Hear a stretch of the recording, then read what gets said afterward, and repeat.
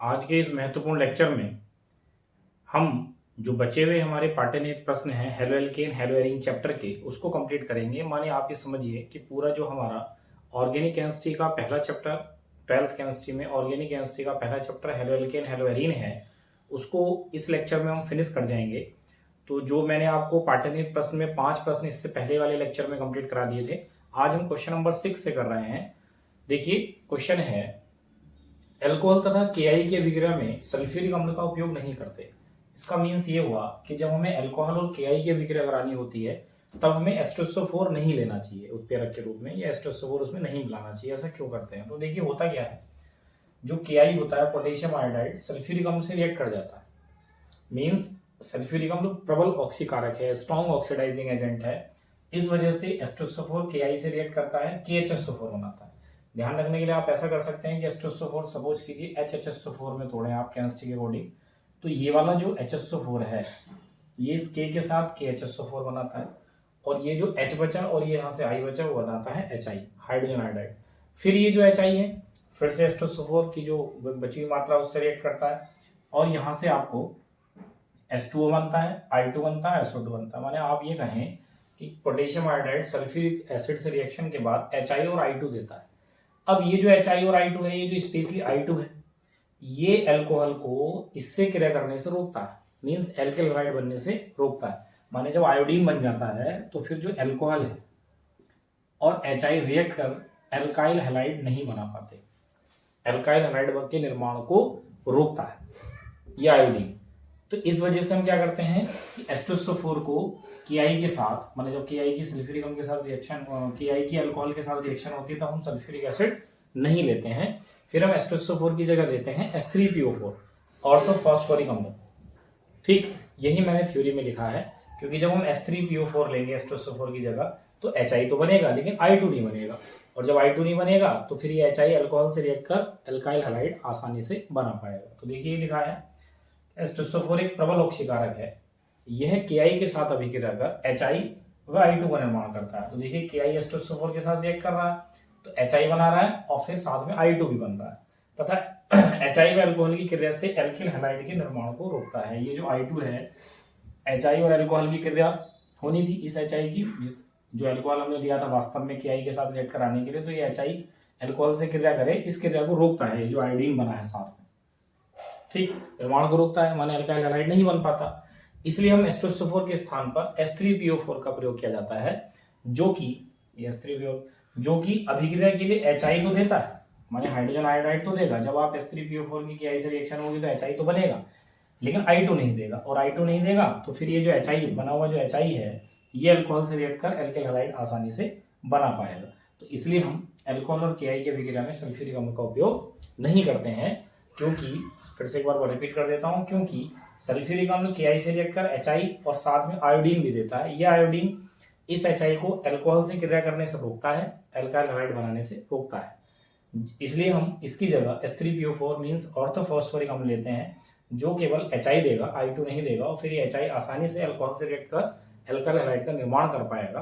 तो इस प्रकार से आपका ये क्वेश्चन कंप्लीट हो जाता है। इसको आप अपनी कॉपी पर नोट कर लें। इसके बाद हम जो नेक्स्ट क्वेश्चन है उनकी बात करते हैं। नेक्स्ट क्वेश्चन है, प्रोपेन के विभिन्न डाई हैलोजन व्युत्पन्न की संरचनाएं लिखिए। प्रोपेन मींस, देखिए अगर हमें फॉर्मूला नहीं पता है तो प्रोपेन मींस 3 कार्बन लगाकर सिंगल बॉन्ड और फिर बैलेंसी कंप्लीट करने के लिए हाइड्रोजन। तो इसके डाई हैलोजन व्युत्पन्न लिखने हैं हमने। तो डाई हैलोजन माने 2 हैलोजन लगाकर जितने भी संभव संरचना बन सकती है वो बनानी है। तो देखिए पहले मैं इस वाले कार्बन पर लगा देता हूँ हैलोजन, तो एक H कम करके HCl, यहाँ से भी एक H कम करके Cl, और ये सॉरी ये CH3 था। तो ये एक संरचना तो ये हो गई आपकी, IPAC नेम इसका लिखे लेंगे। फिर अगली बार आप कर सकते हैं कि यहाँ पर और यहाँ पर लगा सकते हैं, तो ये CH2Cl, आगे गए CH2 और ये भी CH2Cl। ठीक, इसके बाद एक थर्ड हम कर सकते हैं कि एक ही कार्बन पर, भाई देखिए अगर बाद वाले 2 पर लगाएंगे तो वो तो पहले वाला ही माना जाएगा। अगर आप दोनों Cl बाद वाले कार्बनों पर लगाएंगे तो वो तो पहली वाली संरचना मानी जाएगी। तो इसलिए अब की बार क्या करें, आप 3 कार्बन लगाएं और पहले वाले कार्बन पर ही दोनों Cl लगा लें। 2 और 1 3 और 1 4, 2 और 2 4, 3 और 1 4। एक चौथी स्ट्रक्चर हो सकती है कि बीच वाले कार्बन पर लगा लें। ये देखिए, बाकी बैलेंस से कंप्लीट कर लें। ठीक है, तो ये प्रोपेन के डाई हेलोजन व्युत्पन्न हो गए। इसके अगर आईपीएसी नेम की बात करें तो देखिए इधर से काउंटिंग कर लेंगे 1 2 3, 1 2 डाइक्लोरो प्रोपेन, 1 2 डाइक्लोरो प्रोपेन। इसकी बात करें तो 1 2 3, 1 3 डाइक्लोरो प्रोपेन,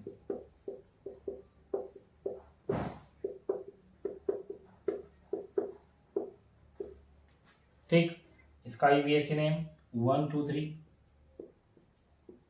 तो 1 1 डाइक्लोरो प्रोपेन,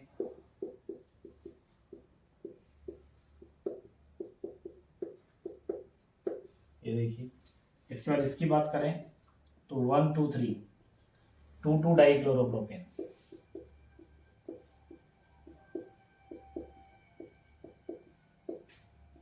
ये। तो इस प्रकार से आपके प्रोपेन के 4 डाई हेलोजन व्युत्पन्न की संरचना मैंने आपके लिए लिख दी है। पहले आपने अलग अलग कार्बन पर, फिर पहले और तीसरे पर, फिर पहले पर ही, फिर दूसरे पर। अगर आप सोचे तीसरे पर, तो तीसरा क्या इधर से काउंटिंग करोगे वो पहले पे ही हो जाएगा, तो इसलिए इसका थोड़ा सावधानी रखेंगे। तो इस प्रकार से ये प्रोपेन के 4 डाई हेलोजन व्युत्पन्न संरचनात्मक समावि में मैंने आपके लिए लिखे हैं, इसको आप अपनी कॉपी पर नोट कर लीजिए। बात करते हैं नेक्स्ट क्वेश्चन की। वेरी इंपॉर्टेंट क्वेश्चन है। C5H12 अणुसूत्र वाले समावयवी एल्केनों में से उनको पहचानिए जो प्रकाश रासायनिक क्लोरीकरण पर देता है। माने जब हम C5H12 हमारे पास कोई मोलिकुलर फॉर्मूला है, मीन्स ये एल्केन है, पेंटेन है, तो इसके हमें समावयवी हुए, तो ऐसे समावयवियों को पहचानना है जो क्लोरीनीकरण देंगे। प्रकाश रासायनिक का मतलब हो गया सूर्य के प्रकाश में क्लोरीनीकरण हुआ, क्योंकि मैंने आपको पहले ही कहा था जब चैप्टर पढ़ा रहा था एल्केन, कि एल्केन जो क्लोरीनीकरण की अभिक्रिया है वो सूर्य के प्रकाश में देते हैं। माने एरो पर हम सूर्य का प्रकाश ये HNU लिख रहे होते हैं।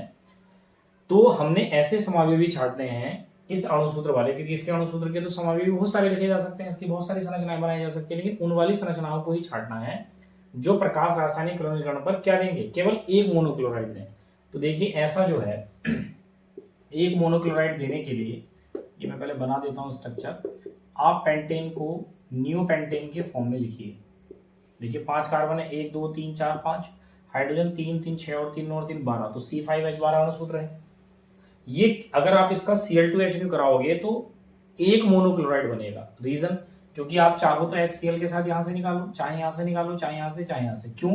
क्योंकि ये जो सारे कार्बन के पास जो हाइड्रोजन लगे हैं ये समतुल्य हैं। समतुल्य माने जैसा हाइड्रोजन इस कार्बन के पास लगा वैसे हाइड्रोजन, वैसी स्थिति यहाँ है, वैसी स्थिति यहाँ। तो माने इनको मैं एक जैसी स्थिति के लिए ए से रिप्रेजेंट कर दूंगा। तो इसका मतलब ये हुआ कि सारे हाइड्रोजन इस संरचना में समतुल्यता दिखा रहे हैं। अगर हम Cl2 से इसकी रिएक्शन कराते हैं HNU के प्रेजेंस में, तो कहीं से भी HCl के साथ जाएगा और एक मोनोक्लोराइड आपका उत्पाद बन जाएगा। तो मोनोक्लोराइड लिखना है, अगर इसका मोनोक्लोराइड जो देगा तो वो संरचना ये होगी पेंटेन की, माने इस अणुसूत्र का ये समावयवी आपको मोनोक्लोराइड देगा। ऐसे ही बात करें 3 समावयवी मोनोक्लोराइड, माने ऐसा समावयवी जो 3 डिफरेंट टाइप के मोनोक्लोराइड दे। तो आप इस बार क्या काम कीजिए, 5 कार्बन को सीधी लाइन में लिखिए, इनके बैलेंस से कंप्लीट कीजिए। ठीक है, तो कार्बन 5 है, हाइड्रोजन देखिए 3 2 5 2 7 2 9 और 3 12, C5H12 है ये भी। अब ये इसकी अगर आप Cl2HNO कराओगे, इसका प्रकाश रासायनिक क्लोरीकरण कराओगे, माने Cl2 से रिएक्शन प्रकाश की उपस्थिति में कराओगे, तो आपको 3 प्रकार के मोनोक्लोराइड मिलेंगे। क्यों मिलेंगे?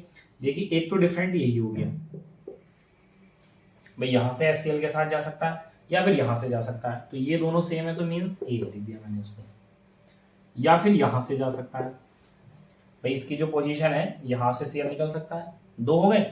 और एक यहां से डिफरेंट है। अब आप कहेंगे ये भी CS2 ये भी CS2, ये डिफरेंट का हुआ, ये ऐसे डिफरेंट हो गया क्योंकि इस CS2 के पास इधर भी CS2 इधर भी CS2 है, जबकि इस CS2 के इधर CS3 और उधर CS2 है। अब जैसे ये CS2 है तो इस CS2 के इधर तो CS2 इधर CS3, तो किसके जैसा हुआ, इसके जैसा, तो यहाँ मैं B लिखने वाला हूँ। तो हमें कितने टाइप के डिफरेंट मिले हाइड्रोजन, A टाइप का मिला, B टाइप का मिला और C टाइप का मिला। तो A टाइप के तो ये हैं, तो चाहे हाइड्रोजन यहाँ से जाए यहाँ से जाए, एक मोनोक्लोराइड तो बनने के चांस यहाँ से हो गए। एक B वाला ये है, B वाला ये, माने एक यहाँ से जाए या यहाँ से जाए, दो मतलब मोनोक्लोराइड बनने का दूसरा चांस ये हो गया, और एक बीच में से अगर जाए तो तीसरा मोनोक्लोराइड बनने का चांस ये हो गया। तो इस स्ट्रक्चर से C5H12 अणुसूत्र के इस समावयवी से आपको 3 मोनोक्लोराइड देखने को मिलेंगे। यहाँ थोड़ा बच्चों को कंफ्यूजन होता है कि यार ये भी CH2 है, ये भी CH2, इनको तो B लिख दिया लेकिन इसको B क्यों नहीं लिखा, क्योंकि आप उसकी सराउंडिंग भी चेक कर लीजिए। ये CH2 इधर CH3 इधर CH2 है, जबकि इस CH2 के इधर भी CH2 इधर भी CH2, तो इस वाले से तो डिफरेंट हुआ ना, ये और ये सेम हुए, ये और ये सेम हुए, अलग हुआ। तो 3 प्रकार के हाइड्रोजन हमें मिल रहे हैं प्रतिस्थापन के लिए क्लोरीन के साथ, तो इसलिए 3 संभव मोनोक्लोराइड यहाँ से बन सकते हैं। बात करें 4 समावेशी मोनोक्लोराइड, तो तब आप क्या करें, 4 कार्बन तो लगाएं सीधी लाइन में, 5वां कार्बन यहाँ पर लगा लीजिए, बैलेंस ही कंप्लीट कीजिए। ये बैलेंस ही कंप्लीट हो गई। तो आप देखेंगे ए टाइप तो यही हो गया एक, ये भी ए टाइप हो गया क्योंकि CH के इधर है CH के इधर है, एक जैसे हो गए। एक बी टाइप ये हो गया क्योंकि बिल्कुल अलग है, एक सी टाइप ये हो गया और एक डी टाइप ये हो गया। अब ये मत क्या ना ये CH3 है तो ये भी CH3, इसको भी ये लिखो, अरे भाई ये CH3 CH2 पर लगा है, ये CH3 CH पर लगा है। अब समझ में आ गया होगा वहां की बात आपको। तो देखिए 4 डिफरेंट टाइप के हाइड्रोजन आपको मिल रहे हैं, यहाँ से H जाए या यहाँ से H जाए Cl के साथ, ये तो एक ही बात है। एक प्रकार का मोनोक्लोराइड यहाँ से मिलेगा, एक बार जब यहाँ से जाएगा दूसरा टाइम मिलेगा, एक बार यहाँ से जाए तीसरा टाइम मिलेगा, एक बार यहाँ से जाए तो चौथा टाइम। मीन्स ये एक ऐसा समावेशी है जो आपको प्रकाश की उपस्थिति में क्लोरीकरण कराने पर 4 संभव मोनोक्लोराइड देगा। तो इस प्रकार से आप C5H12 अणुसूत्र के अलग अलग कंडीशन में जो समावेशी मोनोक्लोराइड लिखने के लिए उन्होंने पूछा है कि कौन सा समावेशी देगा, तो ये क्वेश्चन आपका कंप्लीट हो जाता है। अच्छा क्वेश्चन है, इसको आप अपनी कॉपी पर नोट कर लें। चलिए देखते हैं एक और महत्वपूर्ण क्वेश्चन। ये अभिक्रिया कंप्लीट करने वाला है, लेकिन साथ में यहाँ पर एक हिंट दिया हुआ है आपको, निम्नलिखित प्रत्येक अभिक्रिया के लिए मोनो हेलो उत्पाद की संरचना बनाइए। मीन्स इसका मतलब ये है कि जो उत्पाद बनेगा वो मोनो हेलो, मीन्स एक हेलोजन लगा हुआ वाला उत्पाद बनेगा। तो ये भी हिंट है साथ में। वैसे अगर इसकी कोई ना भी दे हिंट तो कोई जरूरत नहीं है, क्योंकि मैंने आपको इतनी अच्छी ट्रिक बताई है। अब देखिए जैसे ये है साइक्लोहेक्सेनॉल है, रिंग नहीं है इसमें। SOCl2 तो मैंने क्या ट्रिक बताई थी कि SOCl2 हमेशा OH की जगह क्या कर देता है, Cl कर देता है। तो आप देखेंगे यहाँ OH की जगह Cl हो जाएगा, और इसके रिएक्शन में मैंने क्या बताया था कि SO2 और HCl निकलते ही निकलते हैं। तो ये देखिए आपका मोनोहेलो उत्पाद बन गया, क्लोरोसाइक्लोहेक्सेन। बात करें नेक्स्ट रिएक्शन की, तो आप देखेंगे Br2 ऊष्मा अथवा परावैंगनी प्रकाश।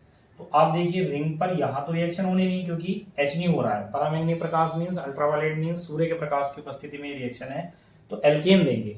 और एल्केन कौन है, ये है। और ये भी कहाँ से देंगे, जहां से रिंग का से कनेक्ट है, माने एक H Br के साथ यहाँ से और Br यहाँ पर लगेगा।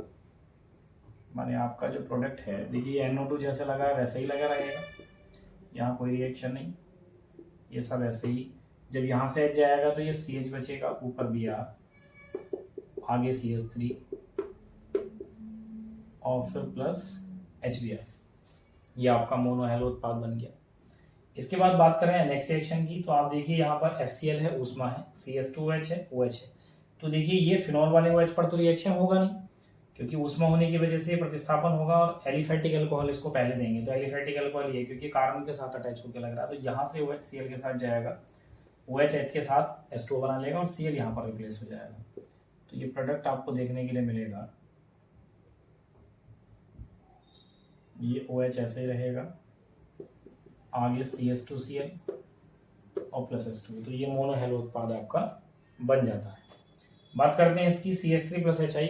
आप देखिए एल्कीन है, हाइड्रोजन हैलाइड का योग हो रहा है, पेरोक्साइड कैटलिस्ट तो है नहीं, माने कोई उत्प्रेरक है नहीं, तो फिर मार्कोनिकॉफ नियम लगना है, और मार्कोनिकॉफ लगना मैं लिख देता हूँ MR। तो क्या होगा, हाइड्रोजन हैलाइड का जो नेगेटिव वाला पार्ट है, माने जो I है, वो डबल बॉन्डेड उस कार्बन को मिलेगा जिस पर हाइड्रोजन कम है। तो डबल बॉन्डेड कार्बन एक ये है और एक ये है, तो इस पर कितने हाइड्रोजन है देखिए, बैलेंस से कंप्लीट करें, 2 1 3 और 1 4, एक भी नहीं है। यहाँ देखें तो 2 1 3 1 हाइड्रोजन है यहाँ पर, तो एक हाइड्रोजन है, तो I किसको मिलेगा, जहां पर कम है। तो यहाँ एक भी हाइड्रोजन नहीं है, तो I तो मिल जाएगा इसको और H मिल जाएगा इसको, और बॉन्ड हो जाएगा सिंगल।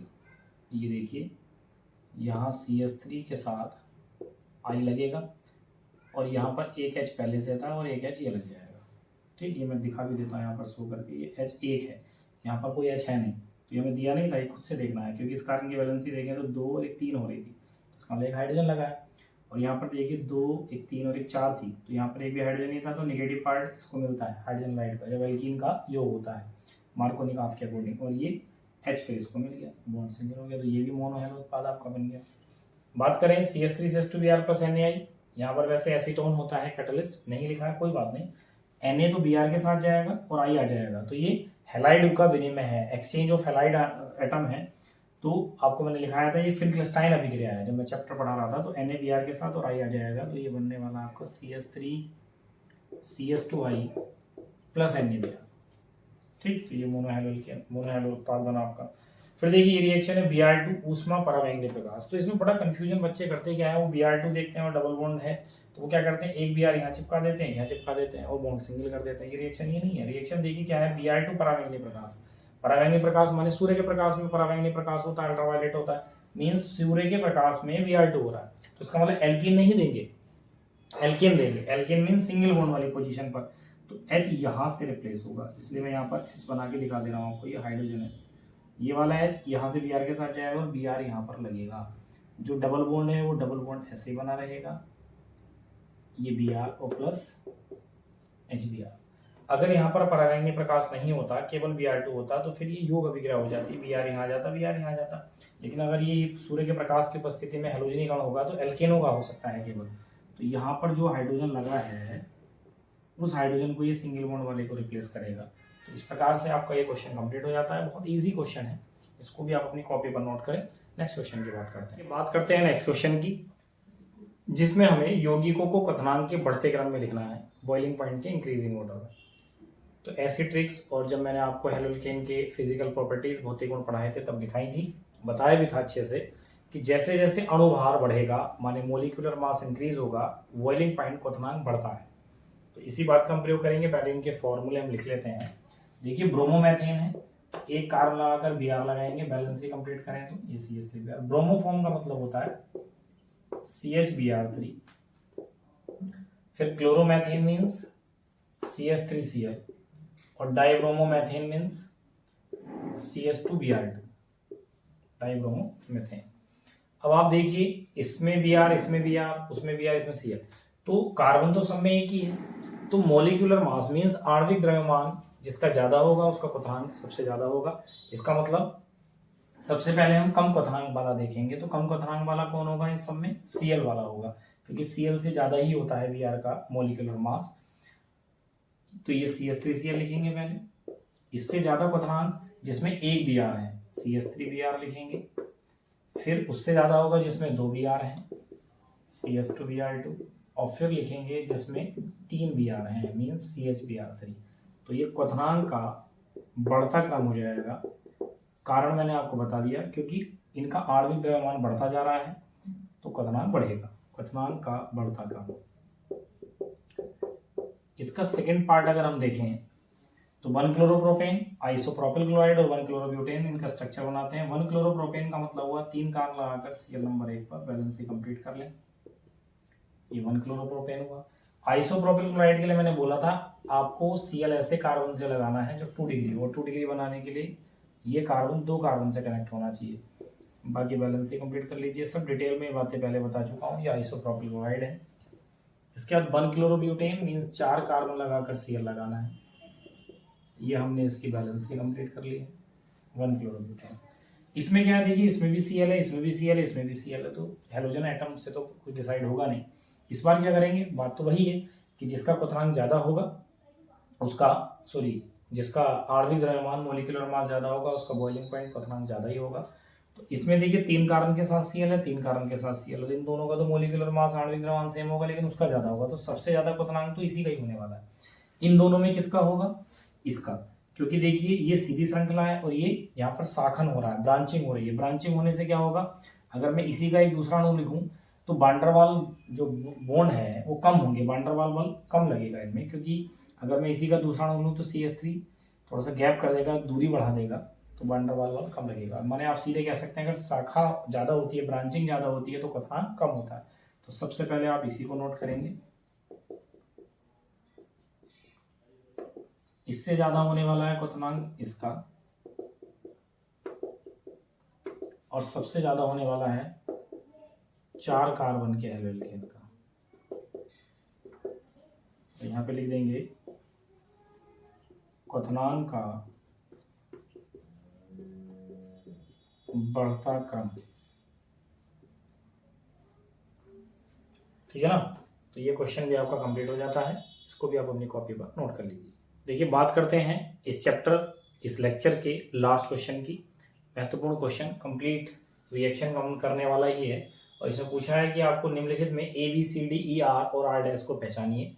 तो देखिए यहाँ पर ये साइक्लोहेक्सिल ब्रोमाइड है, Mg से रिएक्ट हो रहा है शुष्क ईथर, तो शुष्क ईथर में Mg से रिएक्ट होगा तो ये Mg इसमें ऐड हो जाएगा। तो ये जो आपका A है, तो A क्या बनने वाला है, देखिए ये बनने वाला है MgBr, ये Mg इसमें ऐड हो गया MgBr। फिर आपने कराया H2O, तो H2O कैसे कहा था मैंने, HOH में रिएक्ट करता है, समझने के लिए यहाँ पर हिंट में लिख देता हूँ। तो ये MgBr तो इस OH के साथ जाएगा और H यहाँ पर आकर लग जाएगा, माने फाइनली ये आपका साइक्लोहेक्सेन कंप्लीट हो जाएगा। ये MgOH-Br बाहर हो गया होगा, MgBr के पास OH हो रहा है, तो ये आपका A हो गया, ये आपका B हो गया।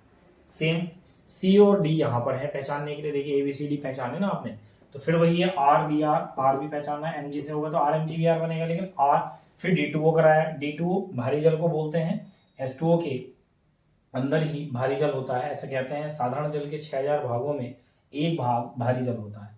मीन्स अगर 6 लीटर है आपके पास साधारण जल, तो 1 ml, 1 लीटर नहीं बोला, 1 ml भारी जल होता है। तो रिएक्शन वो वैसे ही करता है जैसे H2HOH में कर रहा है, D2O DOD में करेगा। तो वो जो OD है वो MgBr के साथ निकल गया होगा, जैसे MgBr को यहाँ OH मिला, उसे OD मिल गया होगा, तो D यहाँ पर लगा, हमारे हाइड्रोजन के जैसा है। ये जैसे हाइड्रोजन लगा था ना यहाँ पर, ये वाला H लगा था, अब ये D लग रहा है, तो इसका मतलब ये एल्किल है। तो इसका मतलब ये क्या रहा होगा, देखिए CH3CH, ये Br समझ लीजिए यहाँ पर लगा है, माने एल्किल ये है, ये एल्किल है। तो R तो हो गया, ये Mg से कराया तो यहाँ पर MgBr ऐड हुआ होगा, मीन्स CH3 और ये आके लग गया होगा MgBr, ठीक है ना। ये Mg इसमें ऐड हो गया तो MgBr, फिर D2O हुआ होगा माने DOD, तो ये जो MgBr है इस OD के साथ जाएगा और D यहाँ पर लग गया होगा, ये रहा, प्लस लिख भी देता हूँ, MgBr ये रहा और ये रहा OD, ठीक है ना। तो इस प्रकार से ये जो D है ये वाला नहीं पहचाना, ये भारी हाइड्रोजन है, ड्यूटेरियम है, तो ये वाला D है। तो इस प्रकार से ये MgODBr बन जाता है। बात अगर हम इसकी करें लास्ट वाले की, तो देखिए यहाँ से स्टार्ट इधर को जा रहे हैं, इधर से इधर को जा रहे हैं। R डैश क्या है, देखिए Na इधर हो रहा है, माने गुड रिएक्शन है, तो ये दुगना होके बना होगा, तो इसका हाफ कर लीजिए, वो एल्किल हैलाइड रहा होगा, तो यहाँ से आधा हो जा रहा है, तो ये रहा होगा C से CH3, इधर CH3 और यहाँ पर ले लेते हैं Br, ठीक है ना। फिर जब Na इधर इसका हुआ होगा तो जैसा ये है उतना ही इधर को लग गया होगा, ये बन गया। इधर जाए तो Mg इसके साथ अटैच हो जाएगा, मीन C से CH3 ये CH3 और यहाँ पर MgBr। फिर इसका H2O होगा तो H2 फिर वही HOH में MgBr OH के साथ और H यहाँ पर लग जाएगा, तो फाइनली बन के आएगा CH3 ये रहा H और ये पूरा MgBr और इधर रहा ये OH। तो इस प्रकार से आपका ये रिएक्शन भी कंप्लीट हो जाता है और साथ ही ये पूरा क्वेश्चन कंप्लीट हो जाता है। इसको आप एक बार थोड़ा ठीक से ध्यान से देख लीजिएगा, वही पुराने रिएक्शन हैं। और इस लेक्चर के साथ ही ये जो मैं आपको ऑर्गेनिक का हेलोएल्केन हेलोएरीन वाला चैप्टर पढ़ा रहा था, मैंने बहुत विस्तार से पढ़ाया है। और आपको मैं बता दूं कि मैंने जब ऑर्गेनिक स्टार्ट कराया था तो 11th क्लास के जो चैप्टर्स थे, मीन्स IUPAC नेमिंग, सामान्य परिचय, वर्गीकरण, IUPAC नेमिंग, समावयवता, उसके बाद एल्केन एल्काइन, एरोमेटिक में ऑर्थो पैरा निर्देशात्मक प्रभाव, माने पूरा स्टार्टिंग से आपको पढ़ाया है। ऑर्गेनिक को जब भी आप स्टार्ट करेंगे तो यहीं से स्टार्ट होता है। तो जो छात्र, जो स्टूडेंट्स, जो भी हमारे इस चैनल को देख रहे हैं, तो आप इस वीडियो को ही अगर जो अभी देख रहे होंगे तो इस वीडियो से आपको शायद हो सकता है ना समझ में आए, तो आपको स्टार्टिंग से ही कवर करते हुए लाना पड़ेगा। तो यहाँ पर इस लेक्चर के साथ 12th केमिस्ट्री में जो haloalkane haloarene chapter means organic का जो पहला चैप्टर है वो कंप्लीट हो जाता है। तो काफ़ी समय लगा इसको कंप्लीट कराने में, क्योंकि मैंने पूरे स्टार्टिंग से आपको अभी बताया, सारी चीज़ें बताते हुए लाया हूँ। तो वहीं से आप तैयार करिए इसको। इसके बाद हम जो हमारा पहली बुक है केमिस्ट्री की, जो पहली बुक है, वहाँ पर पहले चैप्टर से स्टार्ट करेंगे, मीन्स विलियन को स्टार्ट करेंगे। साथ में मैं जब देखिए पूरा हमारा ये सिलेबस कंप्लीट हो जाएगा तो मैं हर चैप्टर के आपको ऑब्जेक्टिव क्वेश्चन उपलब्ध कराऊंगा। लगभग हर चैप्टर के 100 क्वेश्चन आपको मैं देने वाला हूँ। हो सकता है कि साथ में हम इसको तैयार करते चलें मीन्स जैसे चैप्टर कंप्लीट होगा एक्सरसाइज के बाद लगभग 10-10, 20-20 या 50-50 ऑब्जेक्टिव क्वेश्चन मैं आपको देता रहूँ या अलग से कोई सीरीज स्टार्ट करेंगे।